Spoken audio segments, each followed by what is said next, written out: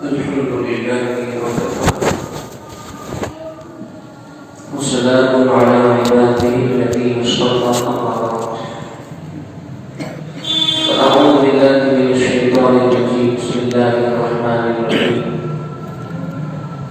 قد جاء لكم من الله نور وكتاب مبين وقال النبي صلى الله عليه وسلم أنا سيد ولد آدم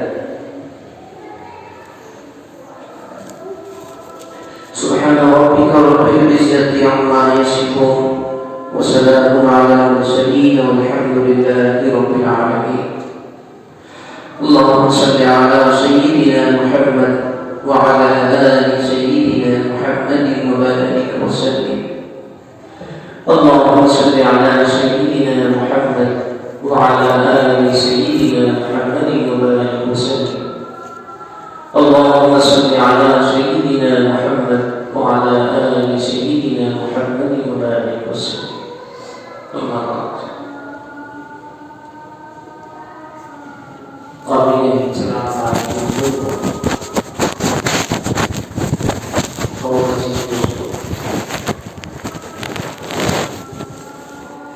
نبی اکرم سرکار عالم صلی اللہ علیہ وآلہ وسلم کی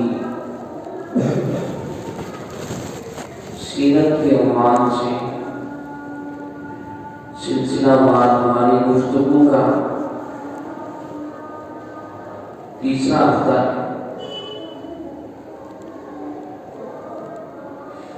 گزشتہ قسطوں میں ہم یہاں تک پہنچے تھے کہ نبی اکرم صلی اللہ علیہ وسلم کا نسب مبارک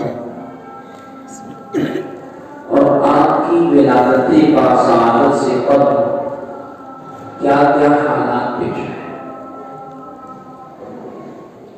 آج کی جو گفتگو ہے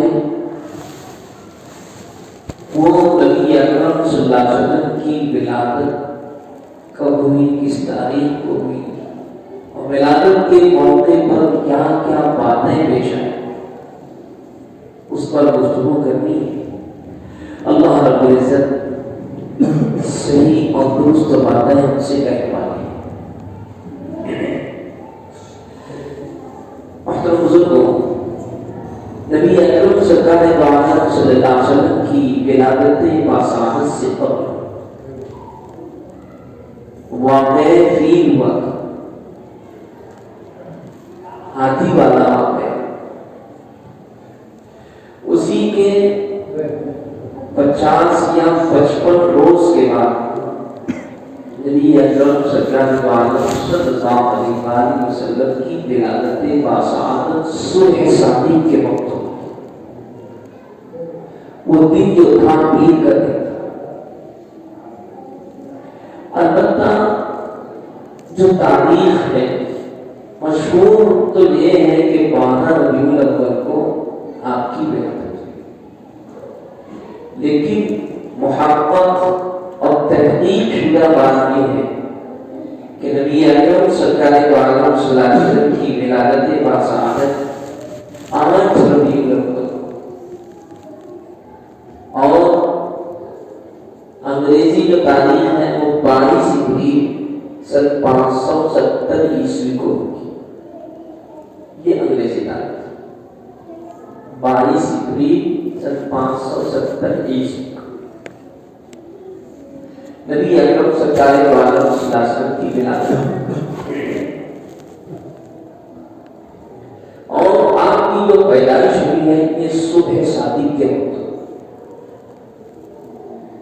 اور روایت میں آتا ہے کہ رات کے وقت ہوئی، کچھ لوگ کہتے ہیں دن کے وقت، لیکن صبح صادق کا جو وقت ہوتا ہے اگر اس کو کوئی رات کے اعتبار سے دیکھے گا تو رات ہی اس کو بول سکتا ہے، کوئی دن کے اعتبار سے دیکھے گا تو اس کو دن بول سکتا ہے۔ رات کے اعتبار سے اس وجہ سے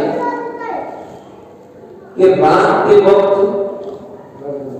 صبح صادق جو ہوتی ہے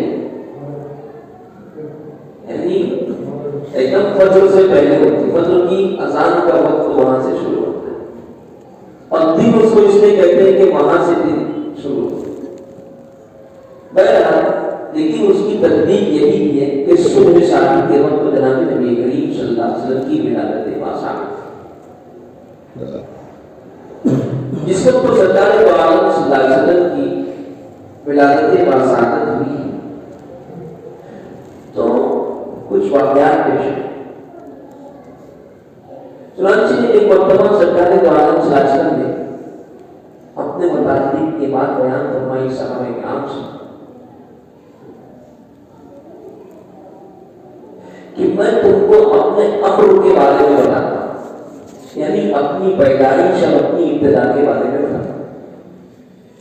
اس کے بعد سرکار دو عالم صلی اللہ علیہ وسلم نے بیان فرمایا کہ میں حضرت ابراہیم علیہ السلام کی دعا اور حضرت عیسیٰ علیہ السلام کی بشارت اور اپنی ماں آمنہ کے ان خوابوں کی تعبیر ہوں جو انہوں نے میری پیدائش کے قریب دیکھا تھا. کیا دیکھا تھا کہ پیدائش کے وقت تو ایسا نور ظاہر ہوا جس کی وجہ سے مکہ سے لے کر شام تک کے, یہاں تک کہ جو شام کے جو محلات تھے وہ سب کے سب نظر آ گئے. اب اس کی تھوڑی سی تحقیق آپ سمجھتے ہیں. نبی اکرم صلی اللہ علیہ وسلم نے جو بات بیان فرمائی پہلی بات کہ میں حضرت ابراہیم علیہ السلام کی دعا, اس کا مطلب کیا ہے؟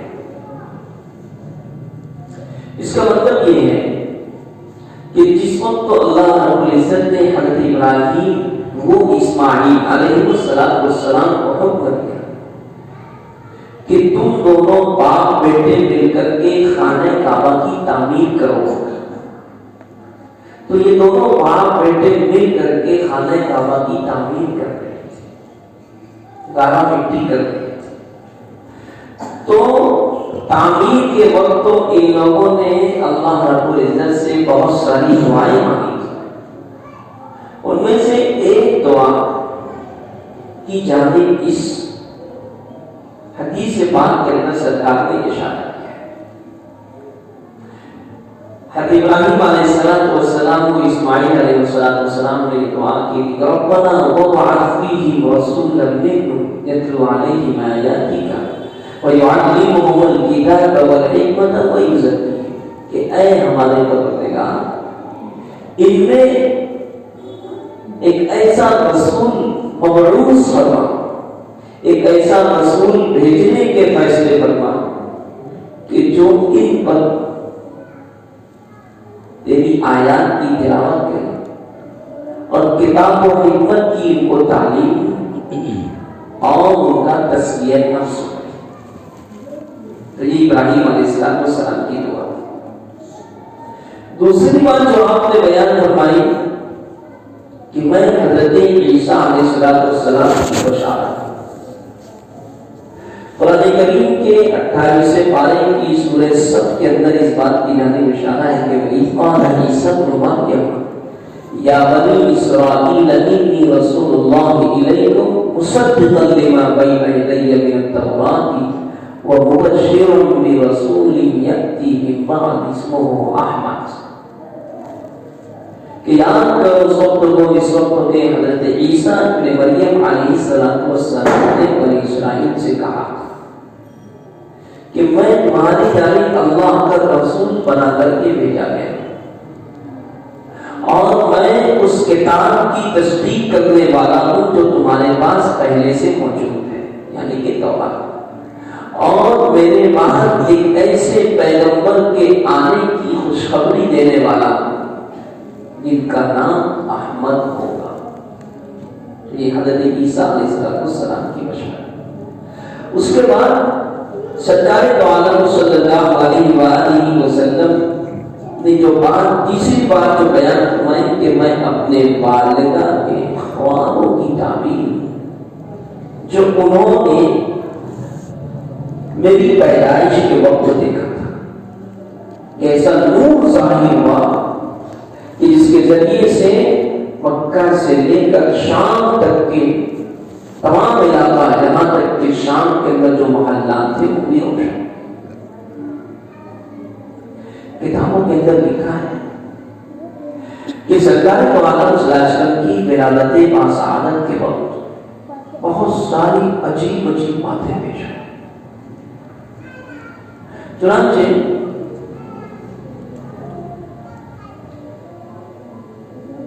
عثمان بن عاص رضی اللہ عنہ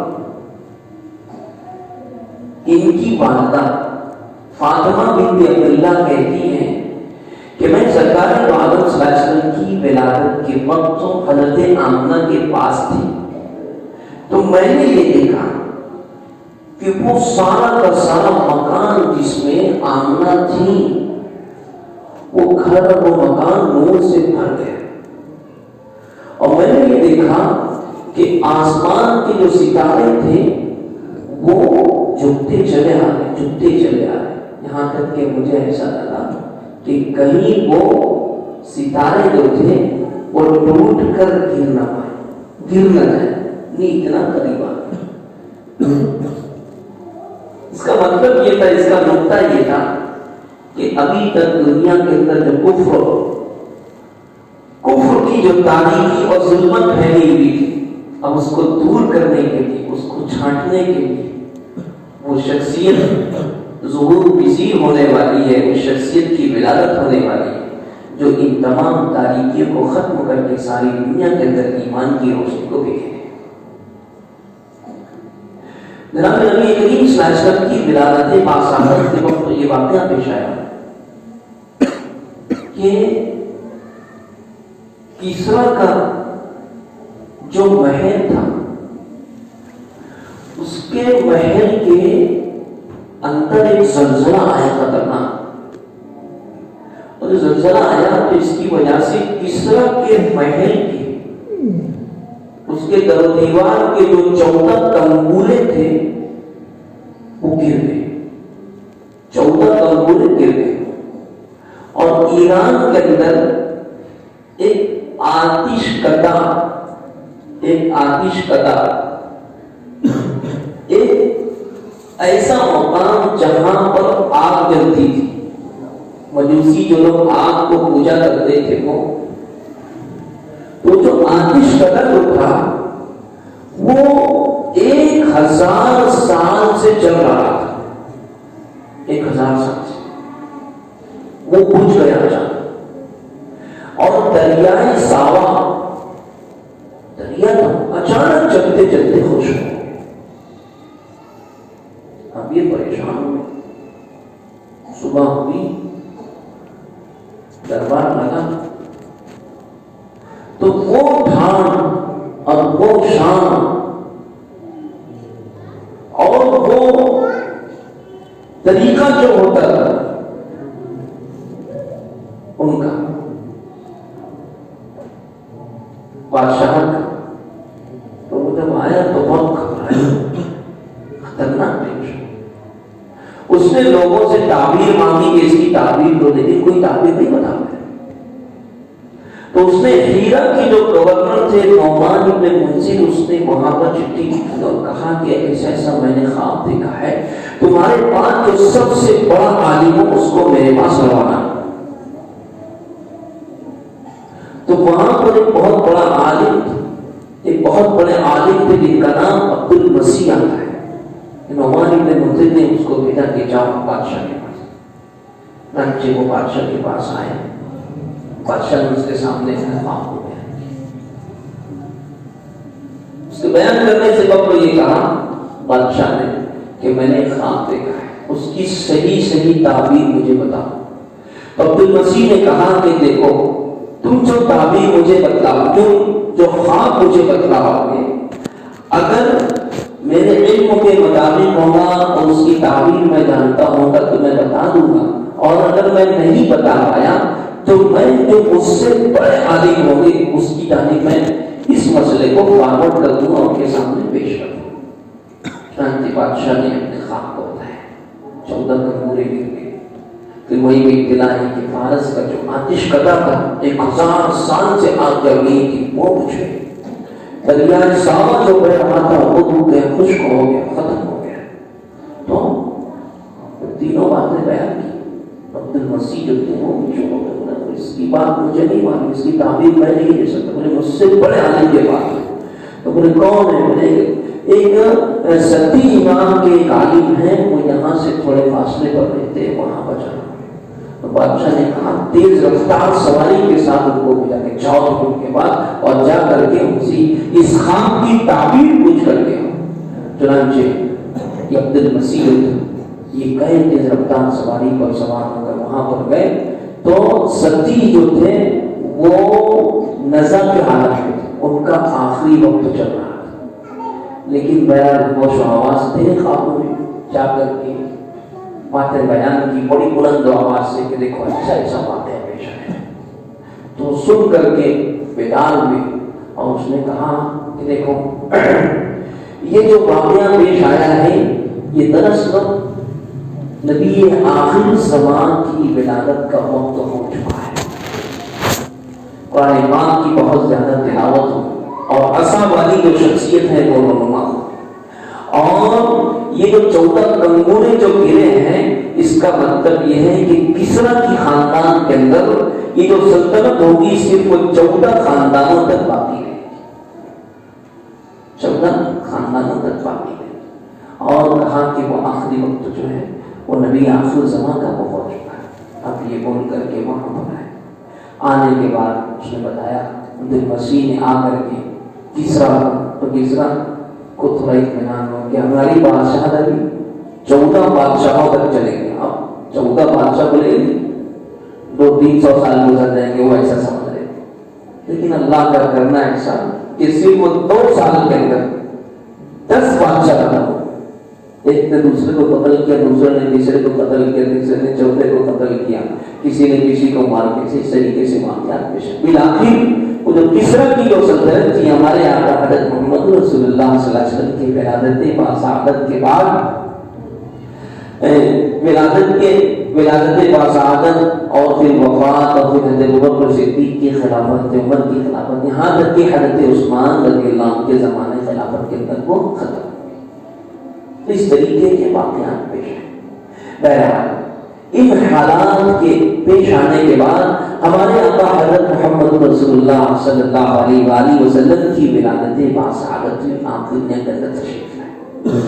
اب بچہ جس وقت تو دنیا کے اندر آتا ہے تو وہ گندگیوں کے اندر، آلائشوں کے اندر وہ لپٹا ہوا ہوتا ہے اور غیر مختون ہوتا ہے، یعنی اس کی ختنہ نہیں ہوئی اور اس کی جو ناک ہوتی ہے نا وہ بندھی ہوئی ہوتی ہے. وہ ماں کے اندر کی جو چیزیں ہوتی ہیں اس سے لٹھی ہوئی ہوتی ہے. البتہ کہ بچہ جب دنیا کے اندر آتا ہے تو وہ آلائشوں کے ساتھ، گندگیوں کے ساتھ آتا ہے. لیکن ہمارے آقا حضرت محمد رسول اللہ صلی اللہ علیہ وسلم جب دنیا کے اندر تشریف لائے تو آپ کے اوپر گندگی نہیں تھی. آپ کے اوپر گندگی نہیں تھی. آپ کی ناک جو تھی وہ قطع بریدہ تھی، یعنی کٹی ہوئی تھی. اور آپ غیر مختون، آپ مختون تھے، یعنی ختنہ آپ کی ہوئی تھی. یہاں تک کہ بعض سیرت نگاروں نے لکھا ہے کہ کسی نے جناب نبی کریم صلی اللہ علیہ وسلم کی صدر مبارک کو بھی نہیں دیکھا. ان حالات کے اندر آپ کی پیدائش میں آپ تشریف لائے. حضرت آمنہ جو ہمارے آقا حضرت محمد رسول اللہ صلی اللہ علیہ وسلم کی والدہ تھی، آپ نے اپنے سسر یعنی حضور کے دادا ان تک پیغام بھجوایا کہ آپ کے یہاں پوتے کی ولادت ہوئی، آپ تشریف لائے. چنانچہ عبد المطلب تشریف لائے. جب آپ نے دیکھا کہ ایسے ایسے واقعات پیش آئے ہے نا کہ بچہ جو ہے یہ مختون پیدا ہوا، اس کی ختنہ بھی ہے، کوئی آلائش نہیں، کوئی گندگی نہیں ہے نا، تو بہت خوش ہوئے، بہت خوش ہوئے اور سرکار دو عالم صلی اللہ علیہ وسلم کو گود میں لیا اور خانہ کعبہ کے اندر آئے اور اللہ کا انہوں نے شکر ادا کیا. 7 دن گزر گئے تو 7ویں دن ابو حضور اکرم صلی اللہ علیہ وسلم کے دادا عبد المطلب آپ کا عقیقہ کیا. اور عقیقہ کرنے کے بعد اس میں سارے قریش کو دعوت دی، مکہ کے سردار نے سبوں کو بلایا، اور بلانے کے بعد جناب نبی کریم صلی اللہ علیہ وسلم نے نبی کریم صلی اللہ علیہ وسلم کا نام انہوں نے محمد رکھا۔ یہ نام عرب کے اندر یعنی سرکار دو عالم صلی اللہ علیہ وسلم کے نام مبارک سے پہلے کسی نے نہیں رکھا تھا، کسی نے۔ قریش کے لوگوں نے پوچھا بھئی آپ یہ ایسا نام کیوں رکھ رہے؟ تو دراصل ہوا یہ تھا کہ سرکار دو عالم صلی اللہ علیہ وسلم کی ولادت سے قبل حضور نبی کریم صلی اللہ علیہ وسلم کے دادا جو تھے عبد المطلب، انہوں نے خواب دیکھا۔ وہ خواب یہ تھا کہ ان کی پشت سے ایک زنجیر نکلی، سکڑ وہ نکلی، اور اس کا ایک سرا آسمان میں، ایک سرا زمین میں، ایک سرا مشرق میں، ایک سرا مغرب میں، اور یہ ہوتے ہوتے وہ زنجیر جو تھی وہ خوشنما خوبصورت درخت کی شکل کے اندر تبدیل ہو گئی۔ اس کے بعد یہ دیکھا خواب کے اندر کہ کچھ لوگ جو ہیں اس درخت کو کاٹنے کی کوشش کر رہے ہیں، قریش کے کچھ لوگ اس درخت کو کاٹنے کی کوشش کر رہے ہیں، اور کچھ لوگ اس سے لپٹے ہوئے۔ تو جو کچھ لوگ اس کو کاٹنے کی کوشش کر رہے تھے تو ایک خوبصورت اور انتہائی حسین و جمیل نوجوان ظاہر ہوا، اور اس نے جو ہے ان لوگوں کو روکنے کی کوشش کی۔ تو تعبیر بتلانے والوں نے یہ تعبیر دی تھی کہ عبد المطلب تمہارے خاندان کے اندر ایک ایسا شخص، ایک ایسا بیٹا وجود میں آنے والا ہے جس کے ذریعے سے سارے عالم کے اندر جو ہے ان کا ڈنکا بجے گا، لوگ ان کی تعریفیں کریں گے۔ تو وہیں آپ کو خواب کے اندر یہ بات بھی بتائی گئی تھی کہ اس کا نام محمد رکھنا۔ محمد کہتے ہیں کہ جس کی سب لوگ تعریف کریں، جس کی سب لوگ تعریف کریں۔ تو اس طریقے سے ہمارے آقا حضرت محمد صلی اللہ علیہ وسلم کے دادا عبد المطلب نے آپ کا نام محمد رکھا۔ بعض روایتوں میں یہ بات بھی ملتی ہے کہ اللہ رب العزت نے عرب اور عجم دونوں کے ذہنوں کو باندھ دیا تھا کہ میرے محبوب کے نام سے پہلے کوئی اس نام کو رکھنے کی اپنی اولاد کی سوچ بھی نہ سکی۔ اس طریقے سے آپ کا نام محمد رکھا گیا۔ اور آپ کی والدہ نے بھی خواب دیکھا تھا، تو آپ کو یہ بتایا گیا تھا کہ آپ جو ہے ان کا نام احمد رکھنا۔ اس طریقے سے مفسرین نے اور سیرت نگاروں نے اس بات کی تصدیق کی ہے کہ محمد رسول اللہ صلی اللہ علیہ وسلم کا، ہمارے آقا حضرت محمد صلی اللہ علیہ وسلم کا نام مبارک محمد دادا نے رکھا، اور احمد آپ کی والدہ آمنہ نے۔ خود سرکار دو عالم صلی اللہ علیہ وسلم ارشاد فرماتے ہیں کہ میرے 5 نام ہیں کہ انا احمد، انا محمد، انا ماہی، انا حاشر، انا عاقب، کہ میں محمد ہوں، میں احمد ہوں، میں حاشر ہوں، میں ماہی ہوں، اور میں عاقب۔ محمد کے معنی جس کی سب لوگ تعریف کریں، اور احمد یہ سب سے زیادہ تعریف کرنے والا، اللہ کی سب سے زیادہ تعریف ہمارے آقا حضرت محمد رسول اللہ صلی اللہ علیہ وسلم کریں۔ انا ماہی، ماہی کے معنی مٹانے والا، آپ کفر و شرک کو مٹا دے، ہے نا۔ انا حاشر کہ حشر کے اندر سب سے پہلے قبر کے اندر سے اٹھنے والے، سرکار پہلے اٹھے۔ اور انا عاقب کہ میں بعد میں آنے والا، یعنی نبیوں میں سب سے آخر میں جناب محمد رسول اللہ صلی اللہ علیہ وآلہ وسلم تشریف لائے۔ اس طریقے سے سرکار دو عالم صلی اللہ علیہ وآلہ وسلم کی ولادت ہوئی۔ 2-3 روز تک جو تھے ہمارے آقا حضرت محمد صلی اللہ علیہ وسلم کی والدہ نے آپ کو دودھ پلایا۔ اس کے بعد ابو لہب کی لونڈی تھی ثویبہ، جس کا نام آتا ہے، ہم لوگ کہتے ہیں صوبیہ نہیں، صوبیہ نہیں، ثویبہ۔ خدیجہ کو بھی خدیجہ بولتے، تو حضور صلی اللہ علیہ وسلم کی جو بیوی تھی ان کا نام خدیجہ تھا، خدیجہ دال سے خدیجہ، اور ایسی ثویبہ۔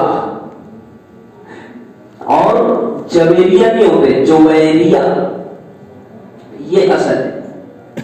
تو ثویبہ نامی وہ جو لونڈی تھی ابو لہب کی، اس نے بھی پھر آپ صلی اللہ علیہ وسلم کو چند روز تک کتابوں کے اندر لکھا ہے کہ جب حضور نبی کریم صلی اللہ علیہ وسلم کی ولادت ہوئی، یہ ثویبہ ابو لہب کی لونڈی تھی، ثویبہ ابو لہب کی لونڈی تھی، اور ابو لہب حضور اکرم صلی اللہ علیہ وسلم کا کیا تھا؟ چچا بہت محبت کرتا تھا، اور اس کو معلوم پڑا کہ ولادت ہوئی ہے، تو اس نے ثویبہ نے جب آ کر کے خوشخبری دی تھی تو اس نے انگلی کے اشارے سے اس کو آزاد کر دیا، انگلی کے اشارے سے اس نے آزاد کر دیا۔ ہمارے آقا حضرت محمد رسول اللہ صلی اللہ علیہ وسلم ثویبہ کی بہت خدمت کرتے ہیں اور آپ ان سے بہت محبت کرتے ہیں۔ حضرت خدیجہ سے نکاح کے بعد بھی ثویبہ آیا کرتے ہیں۔ بعض روایات کے اندر آتا ہے کہ انہوں نے ایمان بھی قبول کر لیا، بعض میں آتا ہے کہ انہوں نے ایمان نہیں قبول کیا۔ فتح مکہ کے بعد جناب نبی کریم صلی اللہ علیہ وسلم نے تلاش کروائی ثویبہ کہاں ہے، ان کے بیٹے مسروق کہاں ہے، کہاں کہ دونوں کا انتخاب ہے۔ سرکار نے فرمایا ان کے قریبی بھی کوئی رشتہ دار بتاؤ، مجھ کو صلہ رحمی کرنا ان کے ساتھ، لیکن کوئی بھی ان کا قریبی رشتہ دار نہیں ملا۔ بہرحال ابو لہب نے جو آزاد کر دیا تھا، بہت زمانے کے بعد حضرت عباس رضی اللہ عنہ نے خواب میں دیکھا ابو لہب جب مر چکا تھا اس کے انتقال کے بعد، حضرت عباس نے اس کو خواب میں دیکھا، پوچھا بھائی، حضرت عباس حضور کے چچا تھے، ابو لہب بھی چچا تھے، تو پوچھا بھائی کیا حال ہے؟ کہا کہ مرنے کے بعد سے، یعنی تم سے الگ ہونے کے بعد سے بہت پریشانی میں، بہت تکلیف میں ہوں، جہنم کی آگ کے اندر کر رہا ہوں، لیکن وہ انگلی کے اشارے کے ذریعے سے جو میں نے ثویبہ کو آزاد کرایا تھا اتنا بھر مجھے پانی مل جاتا ہے۔ سرکار کے ساتھ اتنا انہوں نے معاملہ کیا تھا کہ خوشی میں سلوری کو جو آزاد کیا تھا اور انگلی کے اشارے سے آزاد کیا تھا، تو جتنی انگلی کے اندر اشارہ کیا تھا کہا کہ اتنی انگلی کے بقدر مجھے پانی دیا جاتا ہے،